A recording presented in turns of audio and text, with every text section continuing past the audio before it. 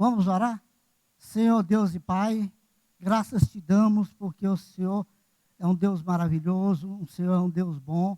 Obrigado pelas tuas misericórdias que se renovam a cada manhã e aqui estamos para estudar a tua palavra. Que a tua graça seja sobre a vida de cada um, em nome de Jesus Cristo. Amém, Senhor. A conversão cristã é um dos temas mais profundos e transformadores da fé.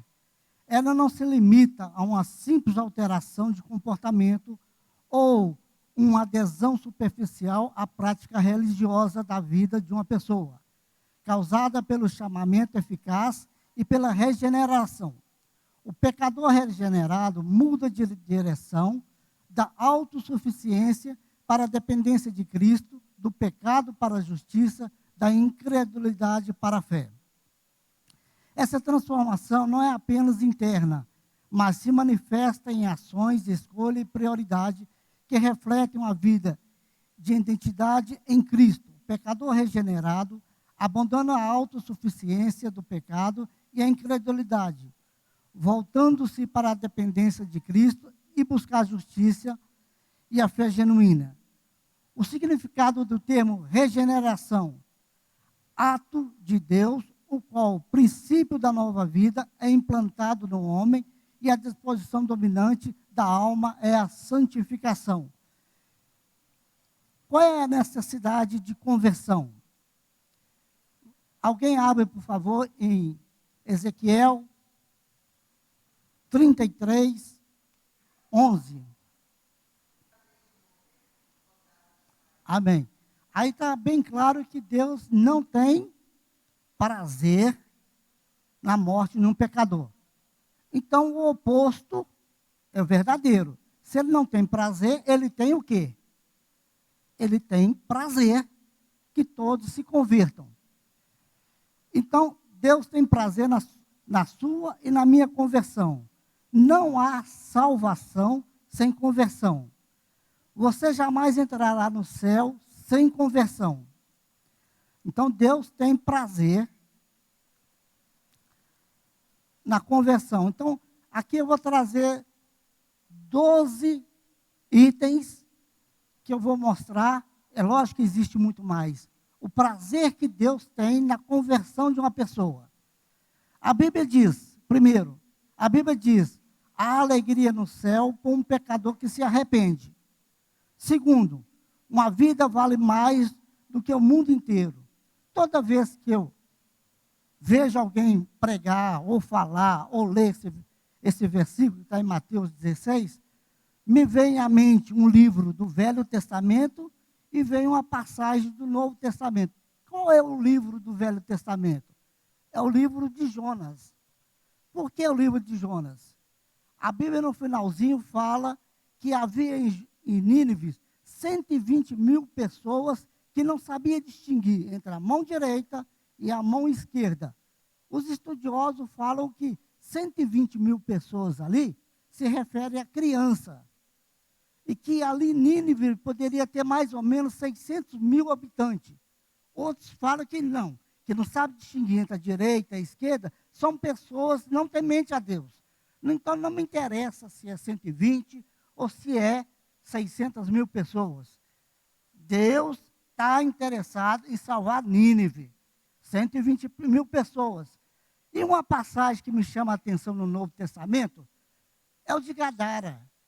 É bem claro que Jesus, antes de atravessar o mar da Galileia, ele fala, passamos para o outro lado. E os acontecimentos não queriam que ele passasse, e ele passou. Ele passou para quê? Para salvar uma pessoa.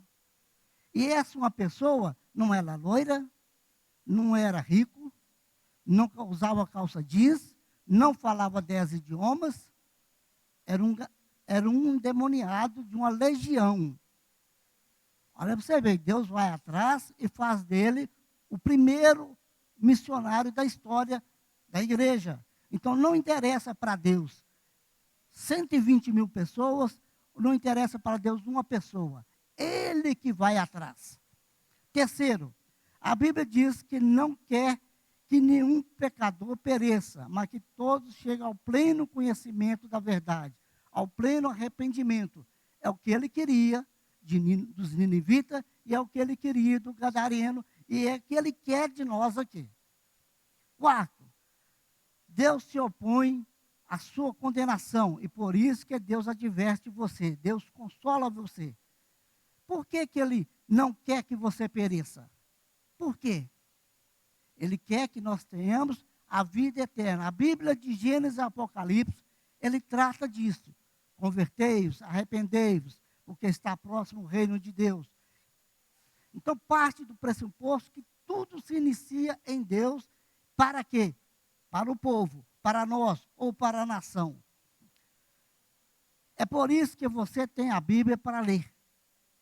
Deus não quer que nós perecemos, então ele dá métodos, ele dá modelo. E um dos modelos, um dos métodos é a própria Bíblia. Ele que nos deu.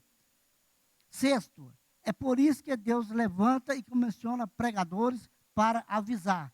Deus está nos interessado tanto em nós, que Ele nos deu a Bíblia, Ele levanta missionário e com certeza absoluta, nessa parte do mundo todo, hoje, agora, tem gente pregando sobre isso. Tem gente falando do amor de Deus. Tem gente falando das mais línguas diversas e variadas. Arrependei-vos, arrependei-vos, porque está próximo o reino de Deus. Arrependei-vos. Hoje é o dia da salvação. Pode ter certeza absoluta nisso. Deus é contra a sua condenação, Deus é contra a minha condenação, Deus é contra a condenação de qualquer um. Se Deus tivesse mais prazer, oitavo, se Deus tivesse mais prazer na sua condenação do que na sua conversão, porque Ele teria ordenado tanta vez quando leu ali, no Ezequiel 33, ontem, olha a repetição, convertei-vos, convertei-vos. Deus chama mais de uma vez, e ali está direcionado à nação de Israel. Mas isso nada implica a nós também, que hoje ele fala, convertei-vos, convertei-vos. Então, existe a partir do pressuposto que é Deus literalmente dando o convite. Convertei-vos, convertei-vos. Porque ninguém vai entrar no reino de Deus se não converter. Isso é bem claro. 9. Se Deus tivesse mais prazer na sua condenação, Ele não teria comissionado ministro do Evangelho para alertar. Como eu já disse, o mundo, hoje, no domingo, não precisa nem falar no mundo, Minas Gerais, ou aqui em Belo Horizonte, ou qualquer parte, tem muita gente pregando o Evangelho. Tá?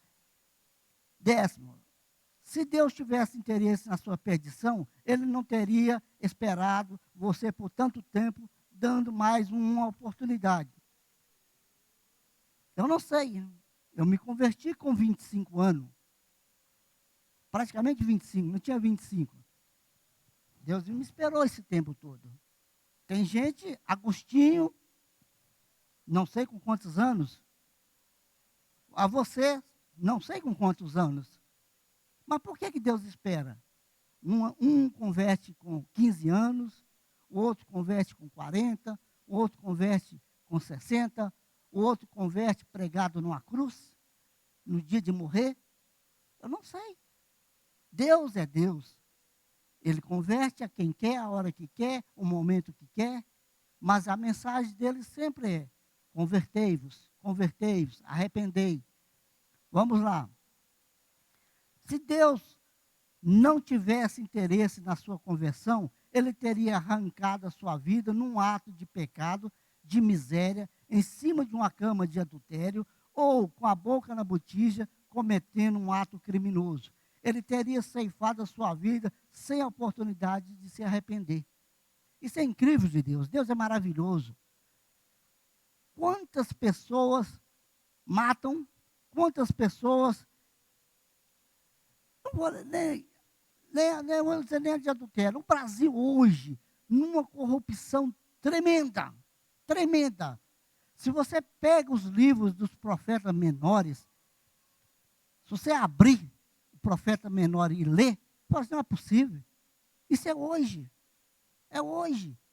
Os ricos roubando os pobres, condenando o justo com um par de sandália.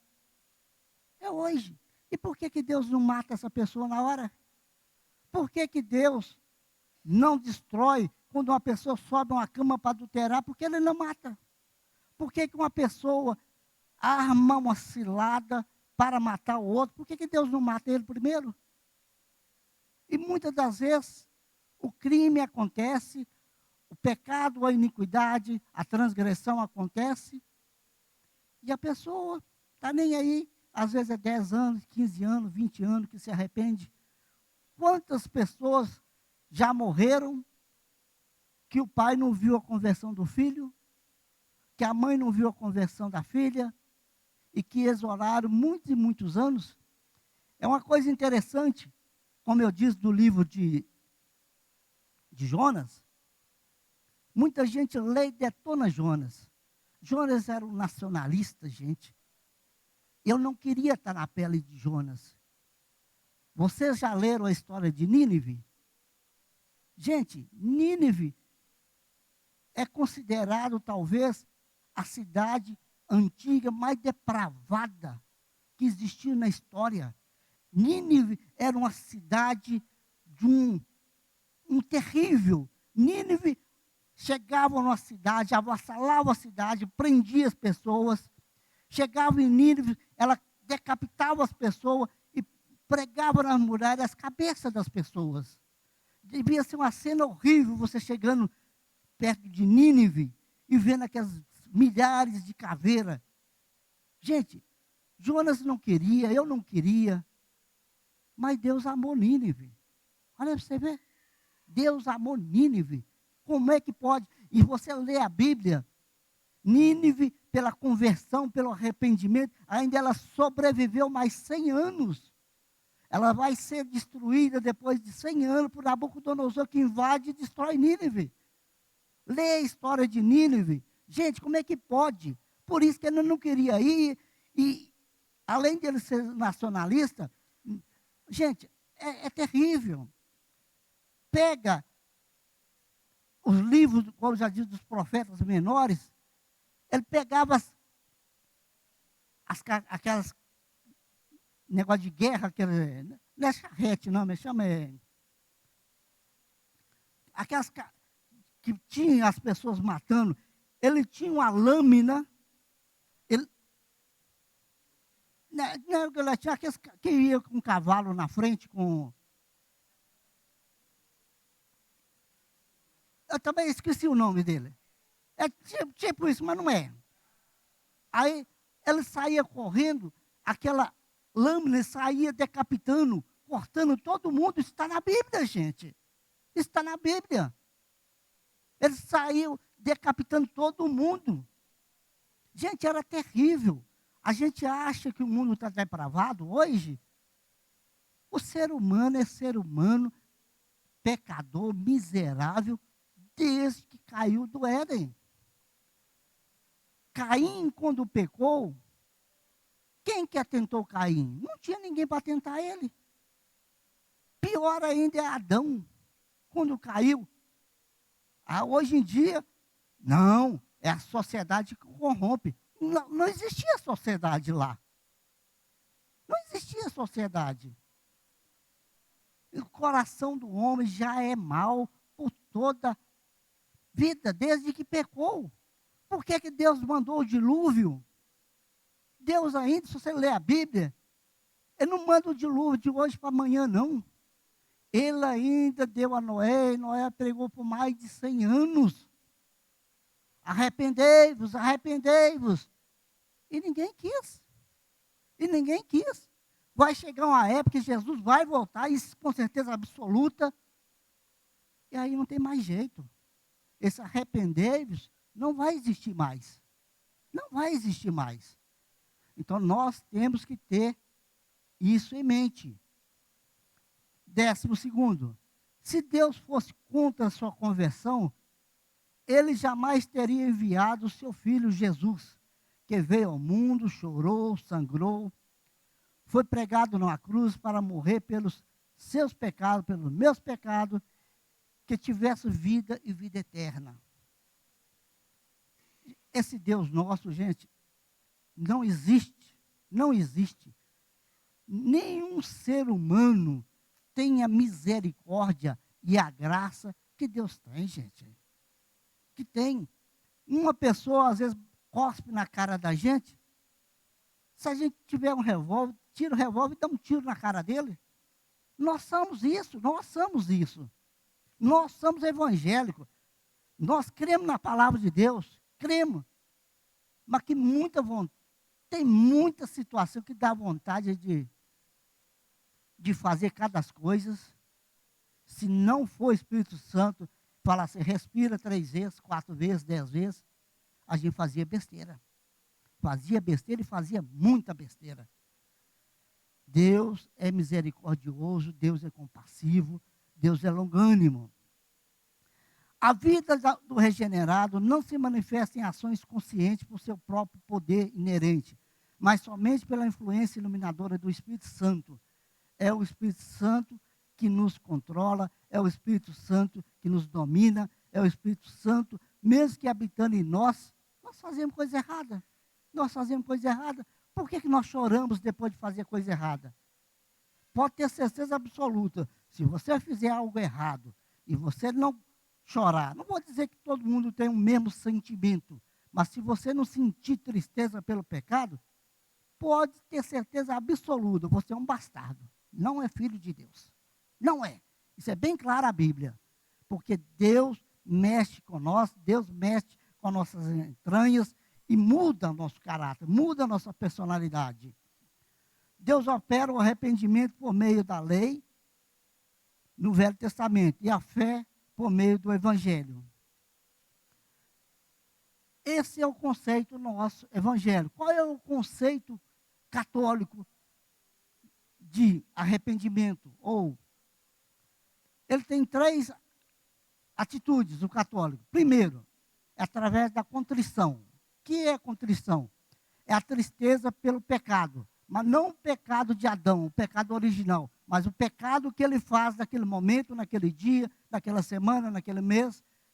E, pior do que isso, não é por causa do pecado, mas sim por causa do medo da condenação. Nós, às vezes, evangélicos, também às vezes caímos nisso. Muitas das vezes nós erramos, pecamos, nós não arrependemos, ou nós arrependemos, não é por causa do Espírito Santo, mas com medo de ser lançado no inferno. É isso. Nós temos que ter cuidado disso. Segundo, confissão. Qual é a confissão católica? A confissão católica é aquela que você vai naquele oratório e diante de um sacerdote você confessa, você chora, você deságua, você coloca ali. Esse é o católico. E muitas das vezes nós também somos assim. Não diretamente um confessionário, mas vamos num pastor e pedimos para ele orar. Mas parei. A Bíblia diz que nós somos sacerdotes. Tudo bem. A Bíblia também diz que confessai-vos e um pelo outro, orai um pelos outros. É verdade. Que nós temos que orar um pelo outro.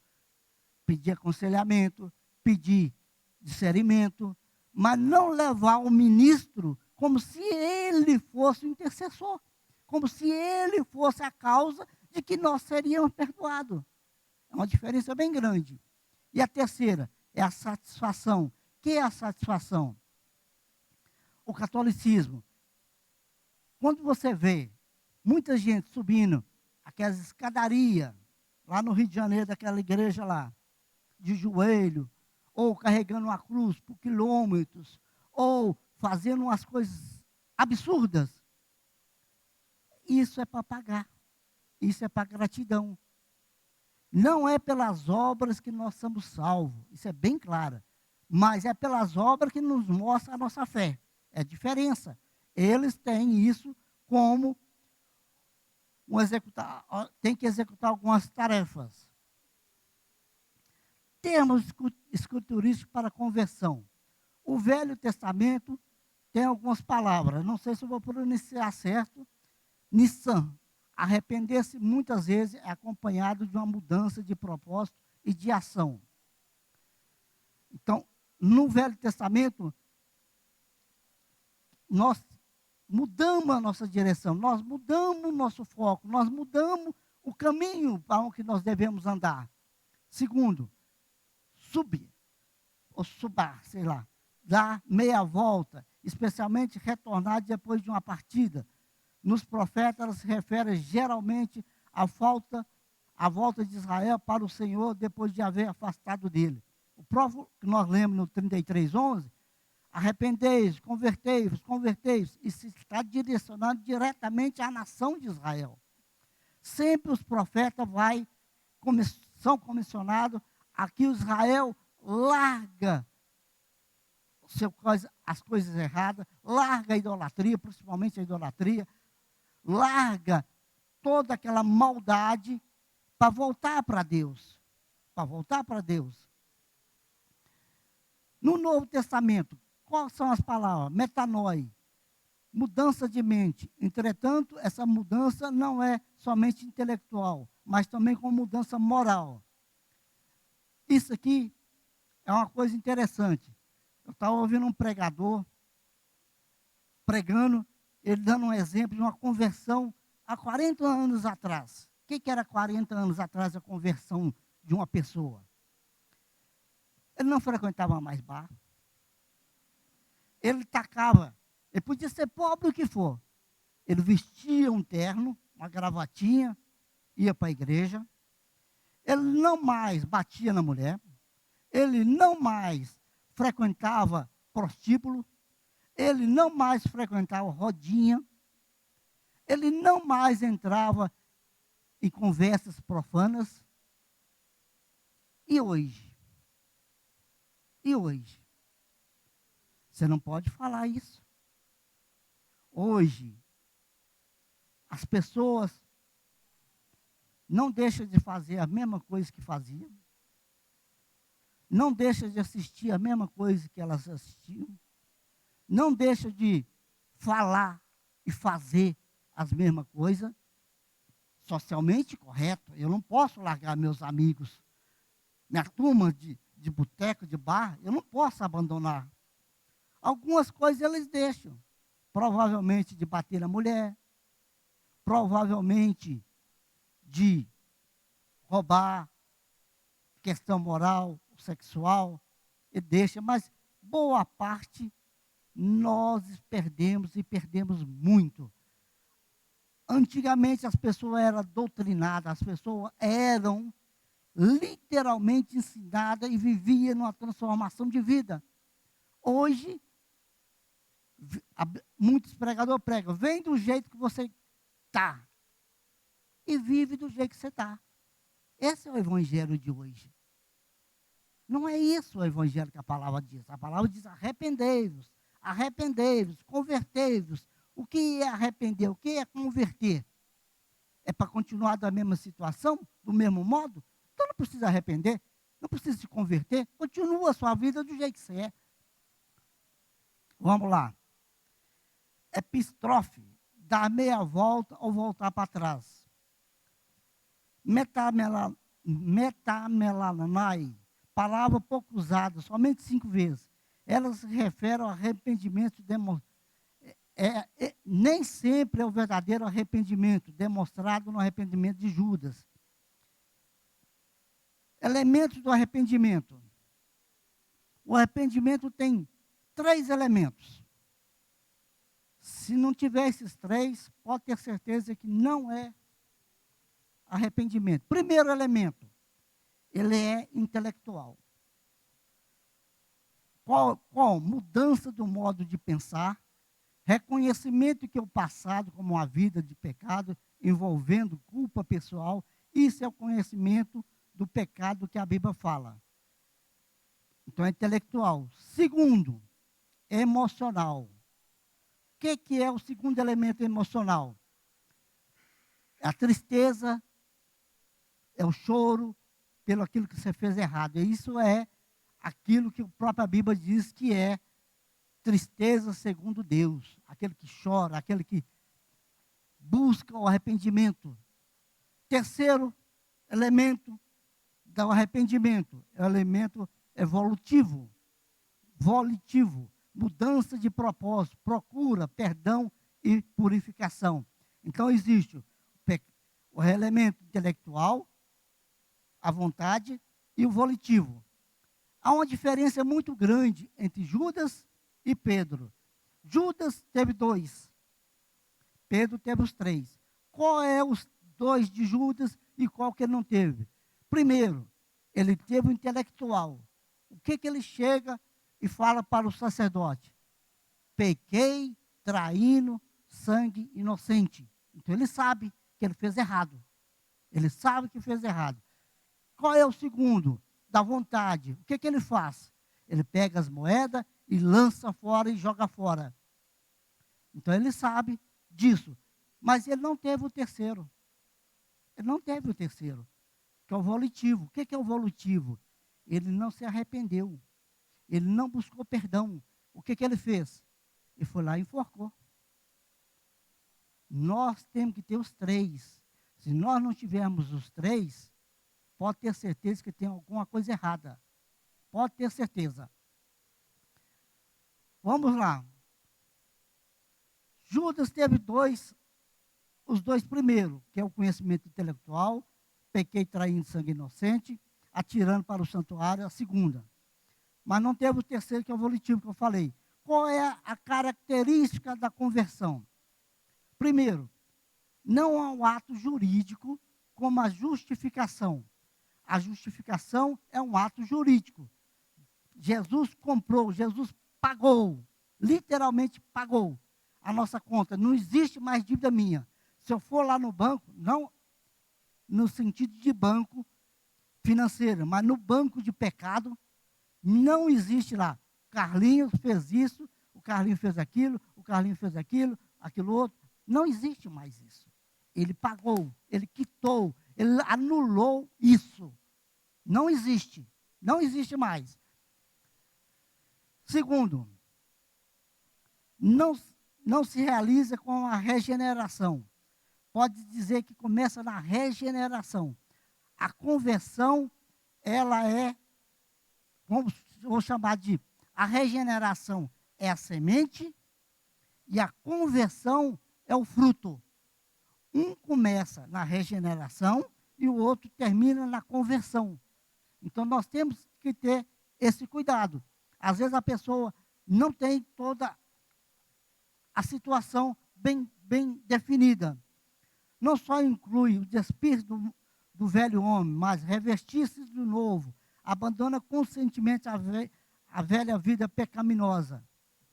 É que eu já falei da conversão de uma pessoa antiga e de uma conversão nova.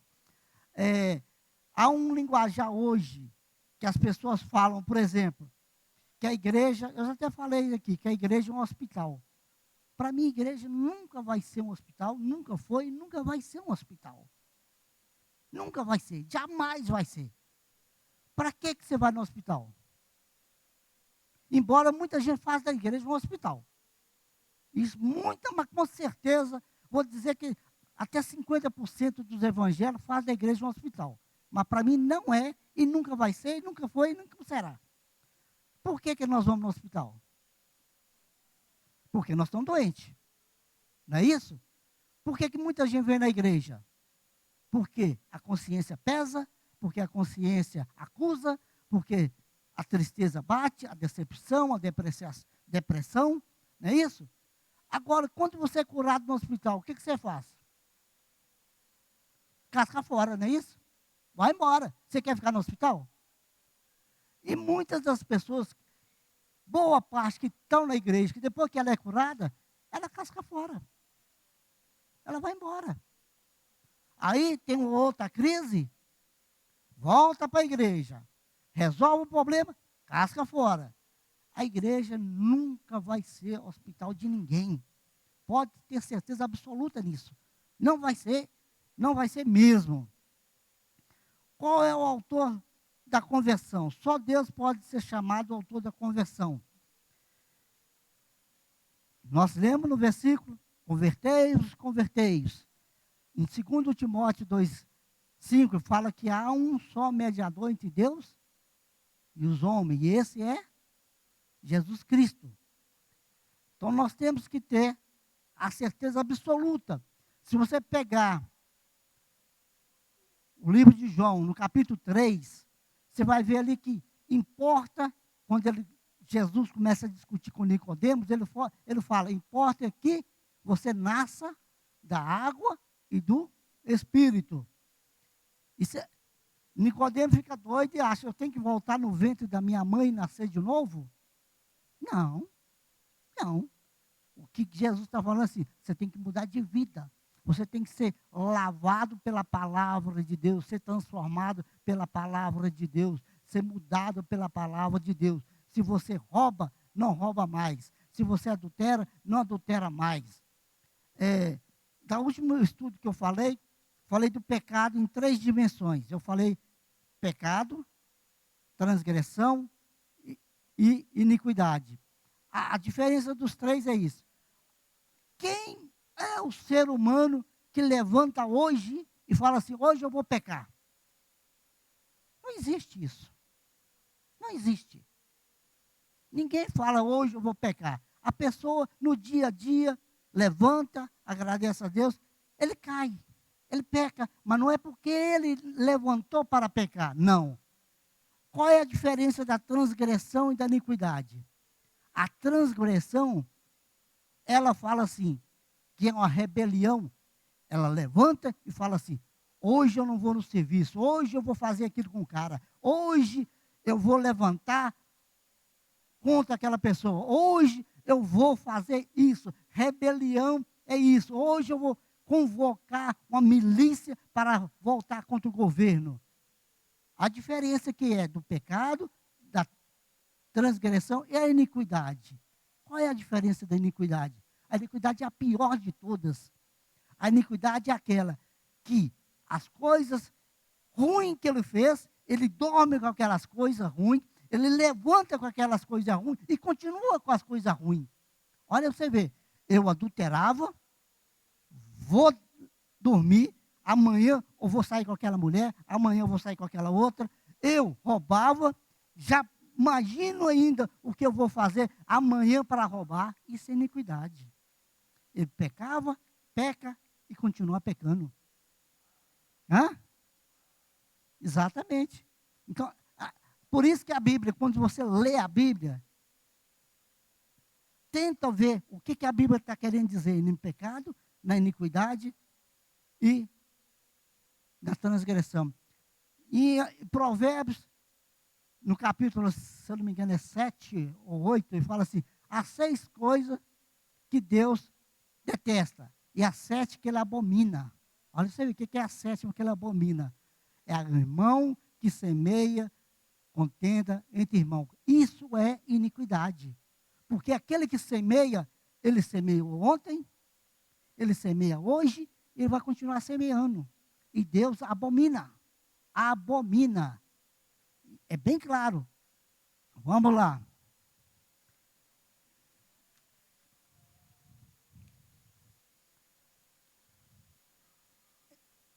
Há uma operação imediata na intermédio da palavra de Deus. Deus opera o arrependimento por meio da lei e por meio do evangelho pela fé. Na regeneração, Deus opera sozinho. O homem é passivo. Na conversão, o homem coopera com Deus. Quem muda o nosso coração não é eu. Quem muda o nosso coração não é nós. Quem muda o nosso coração é Deus. Isso é a regeneração. Deus muda, Deus transforma.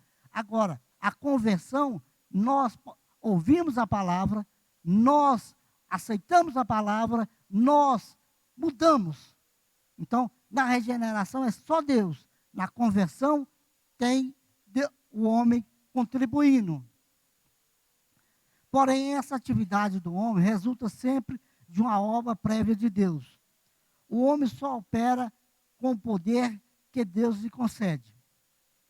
Hoje está mais rápido. E para concluir, a diferença entre arrependimento e conversão. O que é arrependimento? É uma mudança de mente, de um sentimento, um remorso sincero por ter pecado e o desejo de abandonar essa prática, que é o elemento intelectual e emocional. Conversão é a mudança de direção na vida, a ação de um afastado pecado para Deus, que inclui o abandono do antigo modo de vida e a adoção de um novo estilo de vida, que é o elemento volutivo. Então, tem que ter as três dimensões entre o arrependimento e a conversão. Arrependimento é a semente, a conversão é o fruto. Um não pode existir sem o outro com a verdadeira mudança. Conversão. Isso não significa que deve aparecer na vida de cada um como uma crise fortemente marcada. O que é essa conversão? Muita gente acha que é generalizada para todo mundo, que eu choro, que eu tenho que esmurrar meu corpo. Não é assim. Não é assim. Cada pessoa é de um jeito diferente. Cada pessoa é diferente. Eu, sinceramente, como eu falei, já tenho 40 e tantos anos que eu sou convertido, eu não me lembro se eu chorei, sinceramente, não me lembro. Eu sei que a palavra de Deus me tocou, me transformou, não esmurrei meu corpo, não gritei, não berrei. Mas uma pessoa pode ser diferente da outra. Pode ser diferente da outra. Paulo, Deus o derruba no chão, deixa ele cego, e ele, nas suas epístolas, fala que ele esmurra o corpo dele. Mas quem é isso? Quem de nós ficou cego aqui quando converteu? Ninguém. Deus trabalha da maneira que quiser, com cada pessoa da maneira que quiser. Não é obrigado a todo mundo ter a mesma atitude que o outro. Não é obrigado.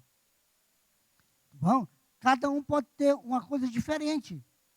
Me lembro de um grande pregador, que ele disse que estava passando na porta, e que ele estava com a arma na cintura, e ele falou, ele era um viciado em droga, hoje eu vou entrar, vou matar alguém.